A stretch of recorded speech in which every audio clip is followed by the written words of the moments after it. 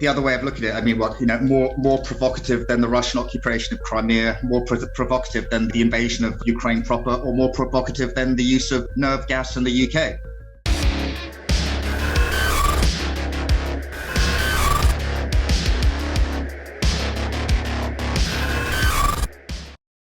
Welcome back, everyone. I'm here with Franc Milburn. Frank, welcome back. Thanks, Sean. Nice to be back.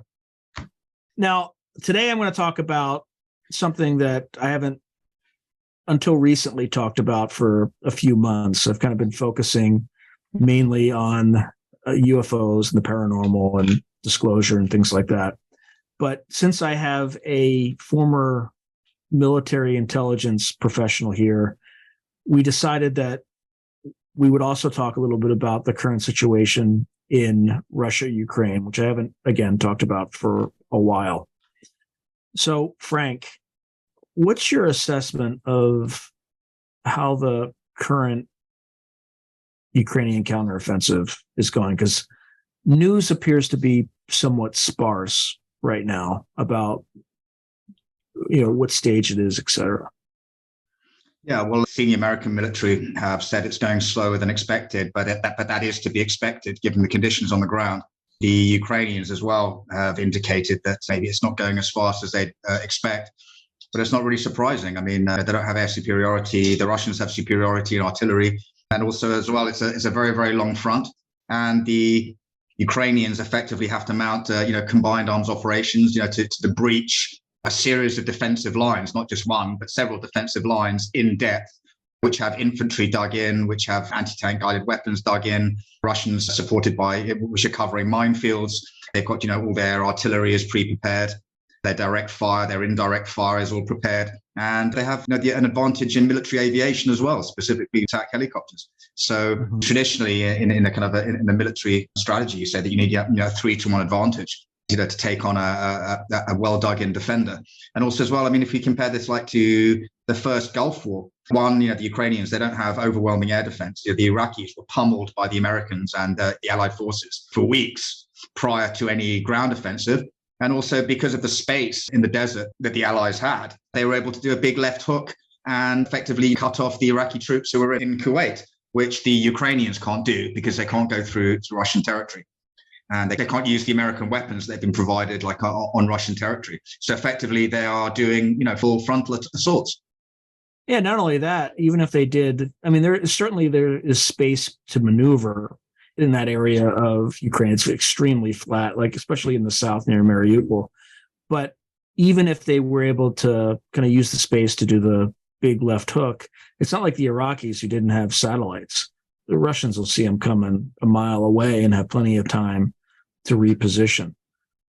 And frankly, I'm surprised that the Russians haven't done something to U.S. satellites over in Europe, right? That's a big surprise to me because after a lot of the other stuff that has transpired, I don't want to say that they should do that. I'm just saying if I were Putin, I might do that, particularly right in the middle of this offensive. Yeah, and there's also hanging over everybody's heads the potential intentional leak at a Zaporizhzhia nuclear plant, which would be another scenario that the Russians could use, having already done a deluge from the dam.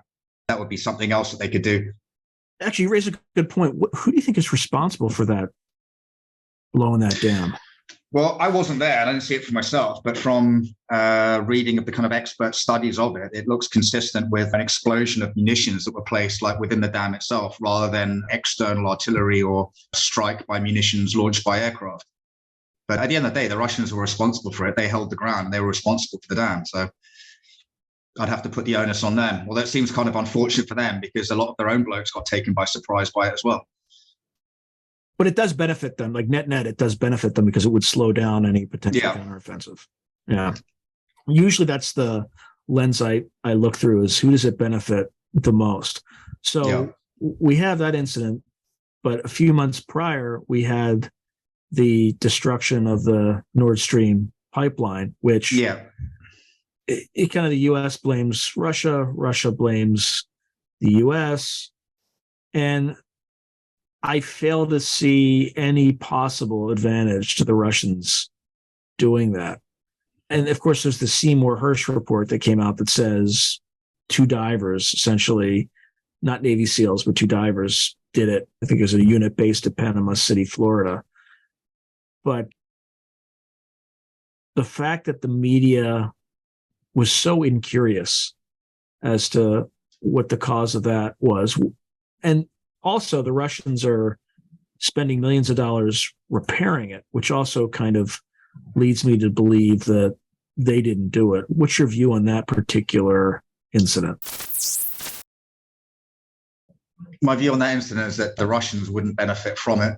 My view on that incident is that, the Americans and the Brits would benefit from those explosions, essentially this is my speculation, essentially to force the Germans to wean themselves off and others to wean themselves off Russian gas by physically removing that specific means of delivery, to force the reality upon reluctant NATO partners, because a lot of NATO was reluctant at that time to provide more support to Ukraine. So my money would be on the Americans and the Brits being behind that.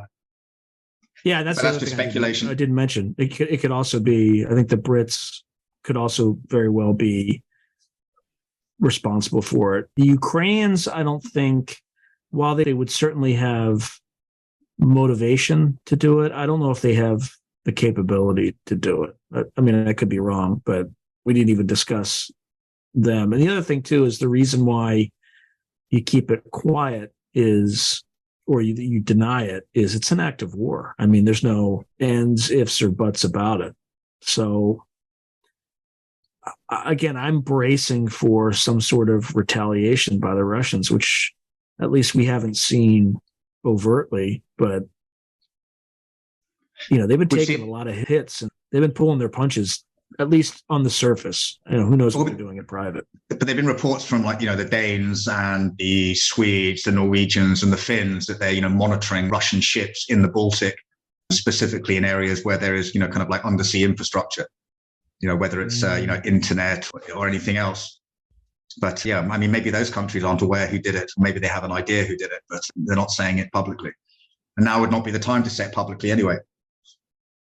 Yeah, I would also be curious as if the Germans were warned about it in advance, right? Yeah, I don't think so, because the Germans have always been considered to be very leaky since the end of the division of Germany, and having been, sort of very, very penetrated by, Russian intelligence. I think the Germans are considered leaky in that regard, and they wouldn't have been advised, just like the Hungarians are considered to be totally compromised.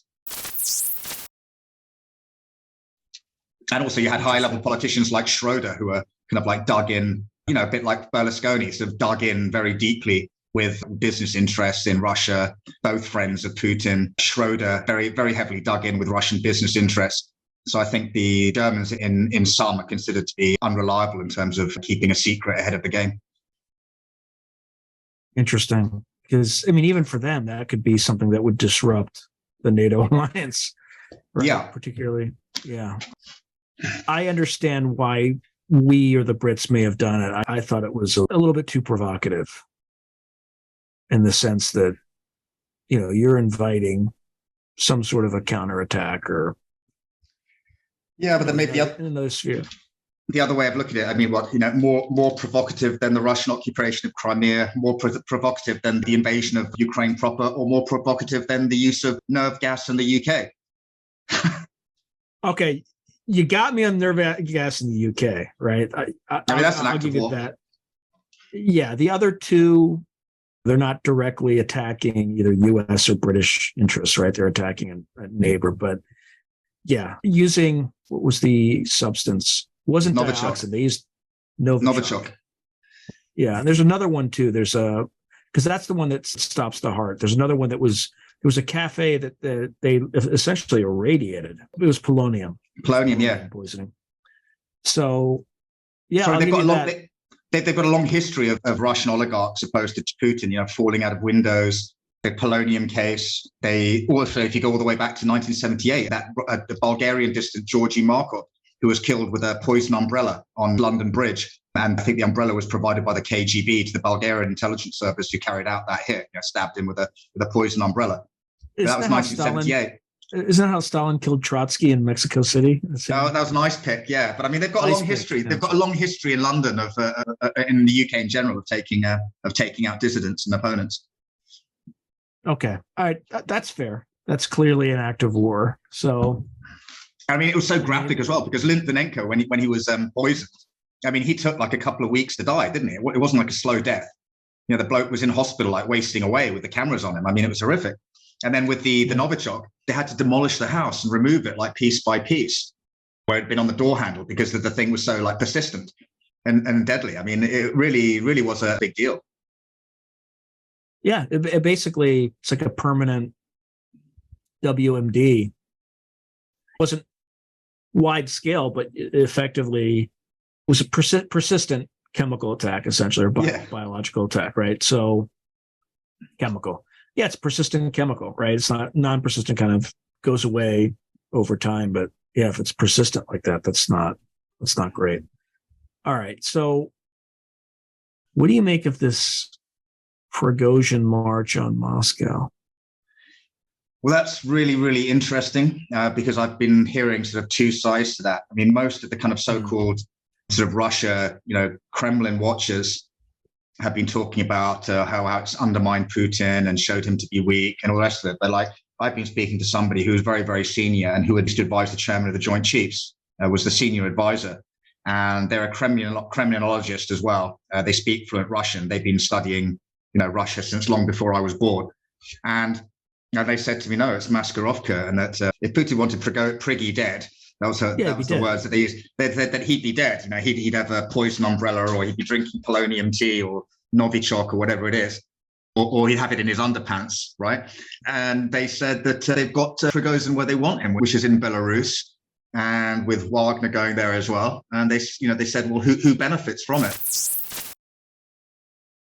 But at the same time, I'm thinking, yeah, but there were aircraft shot down. I mean, did they allow those aircraft to be shot down by Wagner? And it does make Putin look very, very bad that these guys can, like you said, just rock up to Rostov-on-Don and then, go up the road and stop 200 kilometers short of Moscow. It's not a good look. But Putin doesn't care about that. Like, Putin cares about winning, right? So, yeah. Like, if it were like Biden or Trump or, any American politician, they would be more concerned with optics than with winning. Yeah. Right. And Putin, it just strikes me that there were so few casualties. You can also come in with a narrative that, you might have some rogue Russian general who's like, I'm going to take this guy out, right? Like, this is like, why aren't we doing anything? I'm just going to take him out.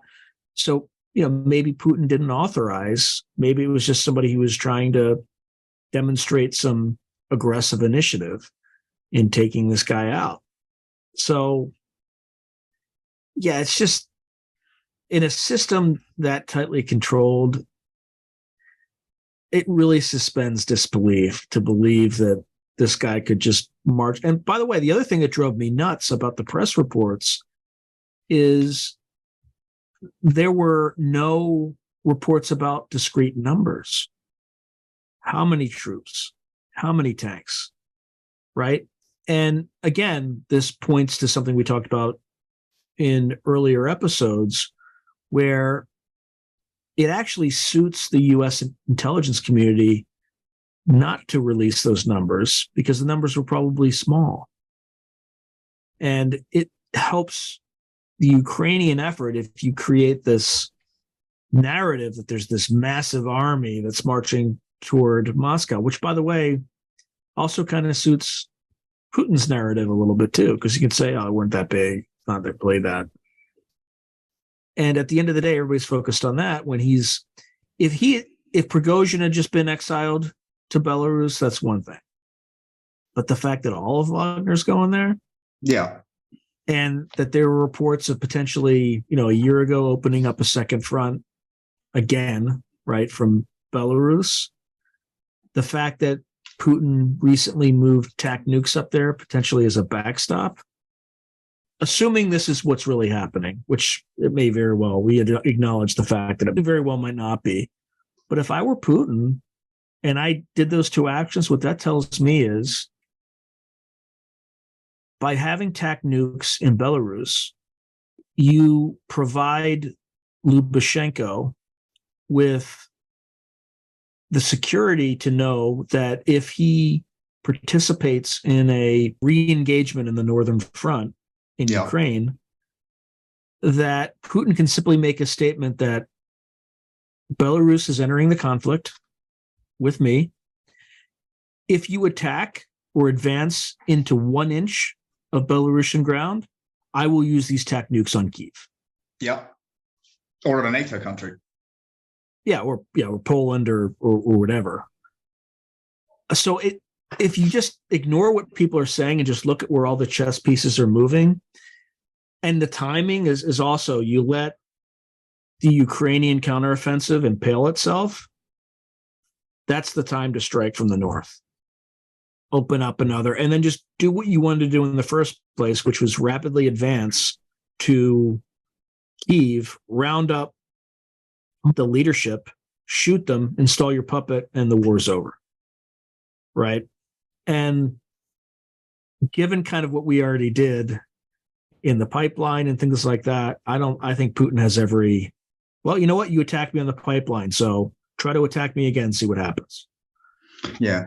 I'd say the things that struck me when the sort of pictures, the video of Prigozhin appeared in Rostov-on-Don, my first thought was, okay, so I'm waiting for somebody in Moscow, like the commander of the Dzerzhinsky division, which is tasked with guarding Moscow, right? So I'm expecting some Russian general in Moscow to say, right, we've taken Moscow, and in collaboration with Prigozhin. Because you don't start a coup. If you're going to start a coup, you don't start it like thousands of miles away, do you? You start it in the capital city generally, right? Right, because there's not a lot between Rostov-on-Don and Moscow. Like, you're sitting duck, and if you don't have any air assets, you're going to get smoked. You're going to get completely smoked. And from what I picked up, I mean, it's a long way between Rostov-on-Don and Moscow. So they had a couple of units with surface-to-air missiles. They probably had like half a dozen tanks and maybe a dozen maximum kind of armored personnel carriers.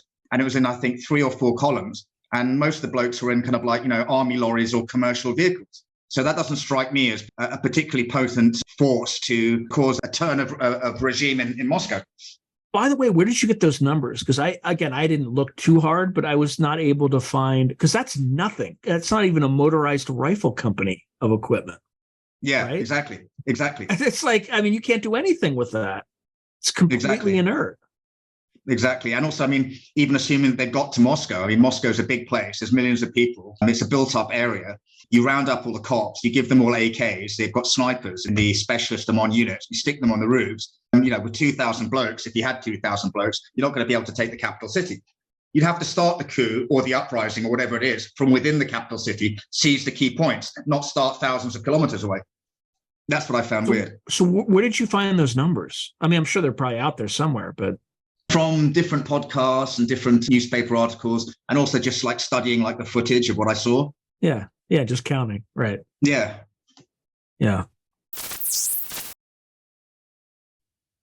I thought it was small. I didn't realize it was that small. So I would have said it was a 40% chance it was a deception operation. Now I'd say it's 80%. I mean, it makes sense. It's not like you've got a whole armored division with you've got 200 tanks and you turn those and you can somehow get to Moscow. The other thing I was thinking, well, if you haven't got anybody in Moscow to help you, you've got a long way to drive along the road. I mean, wouldn't you want to get your blokes, wouldn't you want to get the Air Force on your side so you can maybe fly the blokes closer as well? That didn't seem to happen. And the other thing that, again, adds to that narrative is I know damn well there are more than 6 tanks and 20 people in Wagner, right? But you don't pull those people away from the front while there's a counteroffensive if it's a deception play, right? You use this to reposition. And then, if I were looking at satellites right now, I'd be looking at where the Wagnerian forces were and just watch as they start to peel off and divert north into... And by the way, for that sort of operation where you're trying to go in and hunt down the leadership, you need former Spetsnaz people. You need highly skilled operators as opposed to traditional kind of dumb infantry or even the VDV paratroopers, which took heavy losses, at least in the initial days, as they were just shot out of the sky. Yeah. So, yeah, it was all very, very bizarre. The media's not really asking any of these questions, or it's just remarkably incurious. So it's almost like we know that they know that we know what they're doing, right? And there's sort of this back and forth. Anyway. Yeah, what do you make it? What do you think the probability of this is a strategic deception? I keep an open mind to it. I mean, I have to when somebody who's a senior, as I spoke to, is telling me so. And it's quite interesting, sort of like a lone voice when everybody else, every other kind of like so-called expert pundit is saying that, it was a genuine sort of uprising, not a coup, but an uprising. But I keep an open mind. The fact that Prigozhin's still alive, the fact that Wagner, they still seem to be intact, although I've heard that some of their business may be shut down. But also there's the other issue that people don't think about is that Wagner generates a hell of a lot of money, right, for the Kremlin from its operations in Africa and Venezuela and other places. And, it's in Syria as well. I mean, it's a money-making enterprise. So I don't see them getting rid of Wagner because they make so much money for the Kremlin and everybody's taking their cut. And people forget that. Well, my understanding is at least the Wagner units in Ukraine have, actually it was yesterday, I should have checked it. They had until yesterday to implement the agreement that was set up with Prigozhin. So I haven't seen anything on the news, but I haven't been looking too hard either. But it sounds like he accepted whatever these terms were. And Wagner, also the operatives in Wagner, have to decide whether or not to join the Russian military, because that was part of the agreement where, if they have these 6-month contracts, if they have 3 more months in their contract, they're going to be part of the Russian military during that time. So if you're in Wagner and you're finished 5 months and you have 1 more month, fine, whatever. But if you just signed up and you've done a month and you're looking through the barrel at 5 months in the Russian military, most likely as cannon fodder, because that's the first place these guys will be sent to the front faster than traditional conscripts will be, because again, they're perceived as a potential threat after the war. So you might as well just grind them up first. It's just the logic of kind of Russian military affairs is always very straightforward. Yeah, well, it's like through a dark glass, through a glass darkly, isn't it? Yeah, exactly. It's very easy to predict kind of where they're going to go. So where do you think that this conflict is going to head? Like in the next, after this Ukrainian offensive, which they might make modest gains, they might make no gains, but either way, they're going to expend a lot of resources when they are not resource rich vis-a-vis the Russians, who have a 3-to-1 personnel advantage. So unless they kill 3 Russians for every Ukrainian that dies in this counteroffensive, which generally doesn't happen in offensives, unless they do better than that, it will not be successful, right? In terms of, they might seize some land and things like that. So to me, it seems like the Ukrainian endgame is to take as much ground as they can and then seek some sort of agreement. The Russians, on the other hand, I think Putin just needs to wait until there's a frozen conflict and then steadily let the Ukrainians wither on the vine, and 5-10 years from now, stage a coup, and all is well for the motherland. How do you think this plays out? Yeah, I think the Ukrainians have been very public, and that, realistic or not, they want all the territory back, right? Including Crimea. I'm worried about, in the current offensive. Things are going slow. Yes, I expected that. But also as well, the Russians, they've been able to lose a lot of guys, a lot of personnel, but they're still in the game. Whereas the Ukrainians, as you said, they don't have, that level of human resources, and they've already lost a lot of very, very experienced people. Yeah, they are getting more trained up, by Western allies. But I worry, about it going into a frozen conflict, especially if there is some kind of incident around the Zaporizhzhia nuclear plant, and that somehow we end up in a Donbass situation part 2, where you've got, like front lines dug in, intermittent artillery duels, and just another frozen conflict. The Russians rebuild up their forces and then attack again in 5 years or 10 years, or try and stage a coup. So very difficult to say. I don't think it's going to be over by Christmas, that's for sure. And a lot is going to depend on, how long NATO allies continue to support Ukraine. But I don't think the Ukrainians are going to give up anytime soon. I think even if the offensive fails, I think they're going to go on fighting. I mean, they don't really have a choice, do they? It's kind of genocide or death. And a lot of these people, it's like you're in the military. If you've had, your wife raped or your village is occupied, your grandparents have been killed. Yeah, you don't care. You're gonna fight. You're gonna fight. You're gonna keep on fighting on. You're gonna keep on fighting till you're done. Yeah. Interesting. Yeah, and the Russians don't have the same mentality, right? None of them want to be there. They don't understand the conflict. I mean, there's some, I'm sure, who would be dug in who've had their friends killed by Ukrainians and things like that. They sort of get locked in that way. But what about the Poles? Do you think there's going to be an expansion of the conflict? Because it sounds like the Poles are chomping at the bit to kill Russians. Well, yeah. I mean, the Poles have, obviously they're right next door. Also, as well, they've had all the sort of refugees who've been forced across the border or the so-called refugees by the Belarusians. And Poland obviously taking it very, very seriously. I mean, they've just spent billions and billions buying lots of tanks and artillery from the South Koreans. And they're buying more kit as well from the Americans. So they're taking it very, very seriously, the Poles. I mean, look, they've got, Belarus on one side, they've got a border with Ukraine, and then they've got the Kaliningrad enclave in the north. They've got the Suwalki Gap to the Balts, which is a strategic choke point. So the Poles have to take it very, very seriously. And I mean, they are kind of like the victims of history in a way. If you look, the last few hundred years, the Poles have always occupied that position where they've been vulnerable to one empire or another. And I really don't think that they want to go that route again. Yeah, they almost seem stronger than the Germans now. It sounds like the Germans don't really...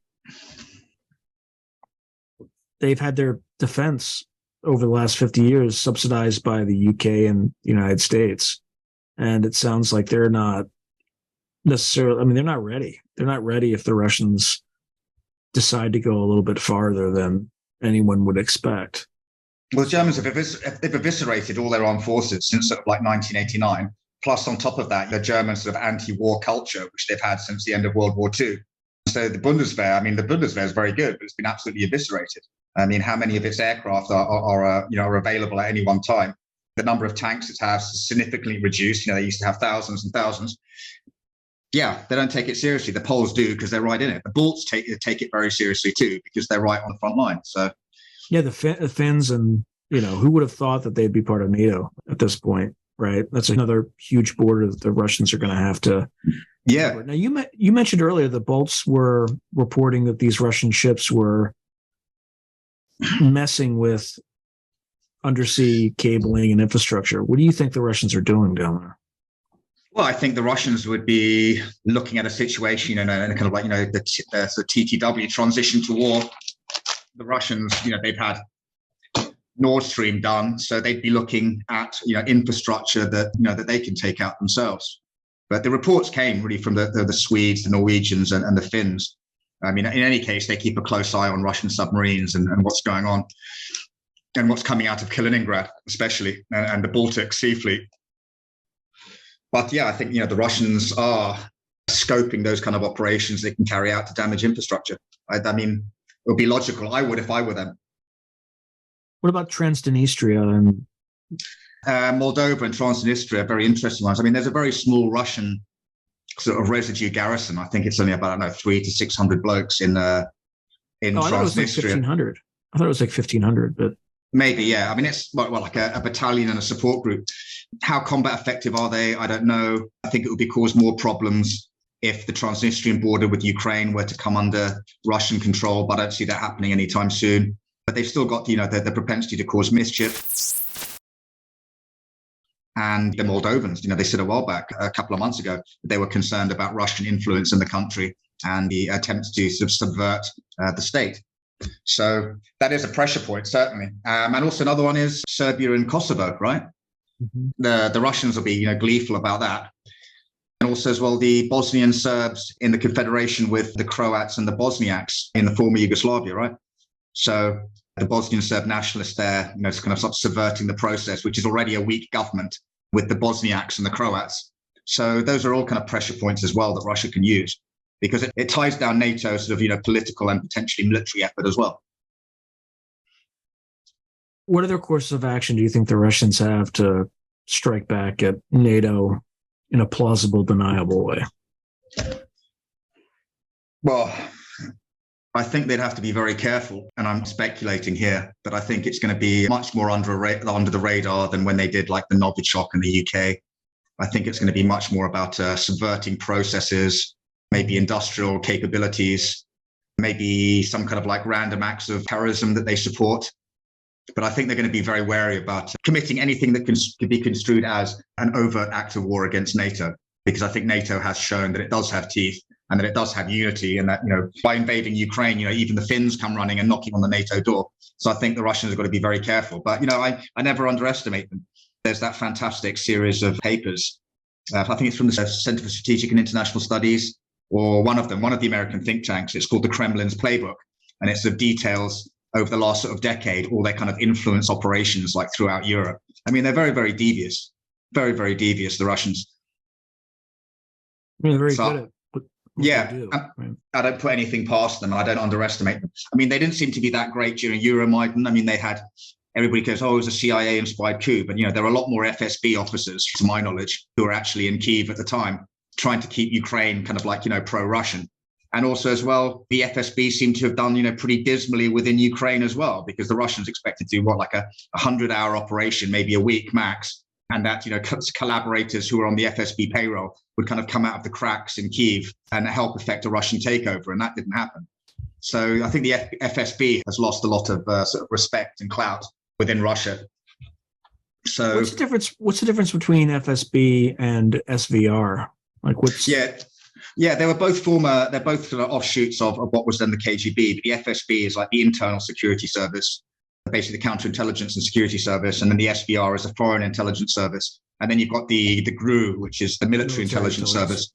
Yeah, which also carries out foreign espionage operations. But to my knowledge, GRU now have much more sway over Ukrainian operations than FSB do. Before, Ukraine was kind of considered like by the Russians as kind of like a Russian near abroad. So the FSB were running it, but they kind of like lost their shine, and GRU kind of stepped in.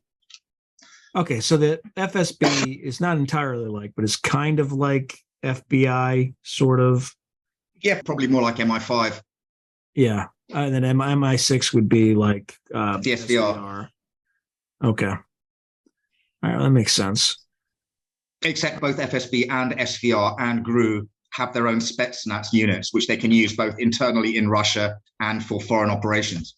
A bit like, the Special Activities Division, the CIA, right? The CIA have the Special Activities, DIA have their guys, Foreign Office have their kind of go-to unit that they use. But the FSB, the GRU and SVR, they have permanently allocated Spetsnaz units, which are part of their orbit. Yes. So how does that work? Are they recruited by the Russian military and then assigned to units that are permanently attached, or does that FSB grow these own Spetsnaz units, from the ground up? Like they join the FSB and then are Spetsnaz? Yeah, well, Spetsnaz is a general term like Sayeret, reconnaissance in Israel. But my understanding is a lot of the guys who end up in with the FSB or the SVR, there'll be people who've come either through, they've either come from Desant, VDV, or they've come from military Spetsnaz units. Okay, so it's like the CIA's Special Activities, or I think it's Special Operations Group, SOG, the paramilitary side, right? Yeah, and then it's the Special Activities Center, which does SOG, but it also does. And then, by the way, all this stuff may have changed. They also have like the Political Activities Division, which is a subsegment of Special Activities Center, which who knows, those guys do like orange revolutions and this and that, like maybe I don't know. So all right, so how do you think this thing, I mean, we talked a little bit about this earlier, but what do you think Putin's next move is after this counteroffensive peters out? Well, assuming it does peter out, because to my knowledge, the Ukrainians, they haven't committed their newest and best forces yet. they've lost some Western vehicles, but they still got the bulk of the guys that they've trained up and equipped, and they haven't committed them yet. I think that they're still probing. I'd call it like sort of reconnaissance in force. Yeah.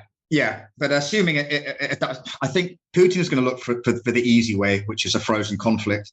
And even if, I don't think he really cares, so long as he's in Ukraine, even if it freezes and there's like a front line, just like in the Donbass, he'll wait the Ukrainians out and try and exhaust them. That's what he'll do.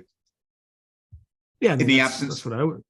In the absence, because I don't think that he's got real, at the moment, I don't think he's got real offensive options himself, right? Because we saw that around Bakhmut, right, recently. Okay, the Ukrainians lost a lot of guys, but the Russians really didn't gain a lot. What? So they gained a completely destroyed, bombed out city, right? Which is when there's the better defensive positions to be had. I think the Ukrainians held on to that more out of prestige and kind of patriotic honor than anything else, because they didn't want to cede ground. But I don't think the Russians have an offensive capability at this moment. But I think they'll be looking for a frozen conflict, and then they can basically rebuild their forces, whether it takes 5 years, 10 years, whatever. That's what they'll be looking for, and looking for hopefully Trump or similar administration in the US, which has far less propensity to support the Ukrainians, and for the NATO allies to get bored with it all and bored with the costs of it. Time is certainly on Putin's side. The only thing that's not on his side is demographics.